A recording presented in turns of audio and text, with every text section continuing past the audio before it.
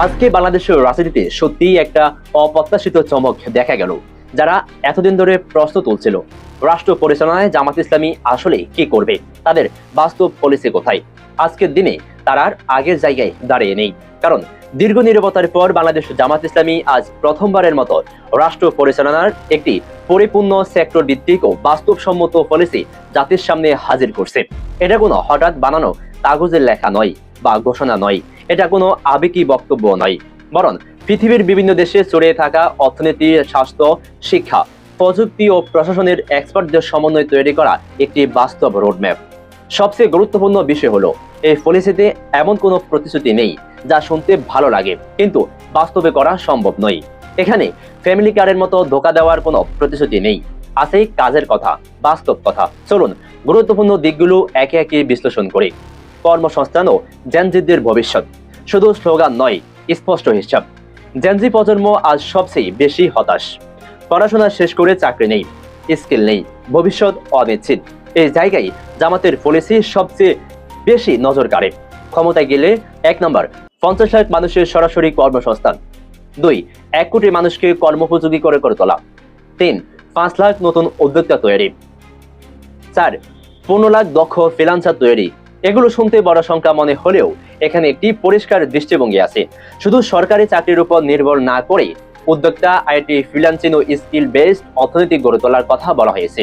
অর্থাৎ মানুষকে চাকরি পেছনে দৌড় করানো নয়, মানুষকে নিজেই আয় করার সক্ষমতা দেওয়া। স্বাস্থ্যখাত, বাঁচা মরার প্রশ্নে ব্যবসা নয়, সেবা।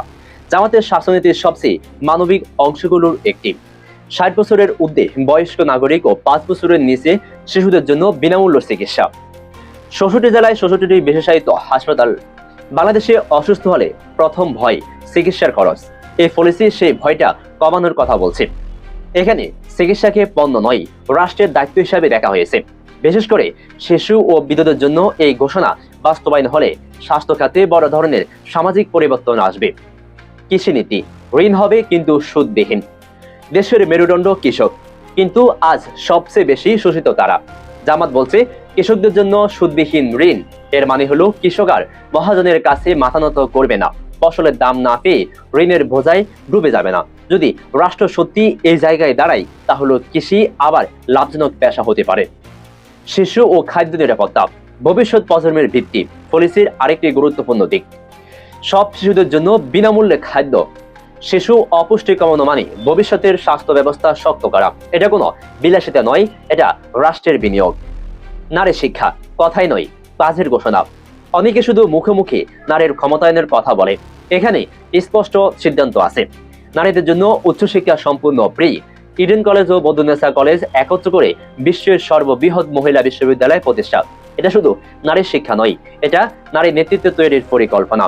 শিক্ষা ছাড়া ক্ষমতায়ন হয় না, এই বাস্তব সত্যটা এখানে স্বীকার করা হয়েছে। সবচেয়ে বড় বিষয়, এই পলিসি কতটা বাস্তব। এই পলিসির সবচেয়ে বড় শক্তি হলো এখানে এমন কিছু বলা হয়নি যা ক্ষমতায় গেলে অস্বীকার করা যাবে। প্রতিটি পয়েন্টই বাস্তবায়নযোগ্য যদি রাজনৈতিক সদিচ্ছা থাকে এবং দুর্নীতির লাগাম টানা যায়। আজকের এই ঘোষণা প্রমাণ করে জামাত শুধু আন্দোলনের রাজনীতি নয়, রাষ্ট্র চালানোর প্রস্তুতি নিয়ে মাঠে নামছে। শেষ কথা, এই ছোট্ট ভিডিওতে সব বলা সম্ভব নয়। এক এক করে প্রতিটি সেক্টরের পলিসি সামনে আসবে, তখন আরো গভীর বিশ্লেষণ দরকার হবে। তবে আজ এতটুকু পরিষ্কার, বাংলাদেশের রাজনীতিতে আজ একটি নতুন অধ্যায় শুরু হয়েছে। প্রশ্ন এখন একটাই, এই পলিসি বাস্তবায়নের সুযোগ পেলে বাংলাদেশ কতটা বদলাতে পারে? এই প্রশ্নের উত্তরেই আগামী দিনের রাজনীতির দিক নির্ধারণ করবে।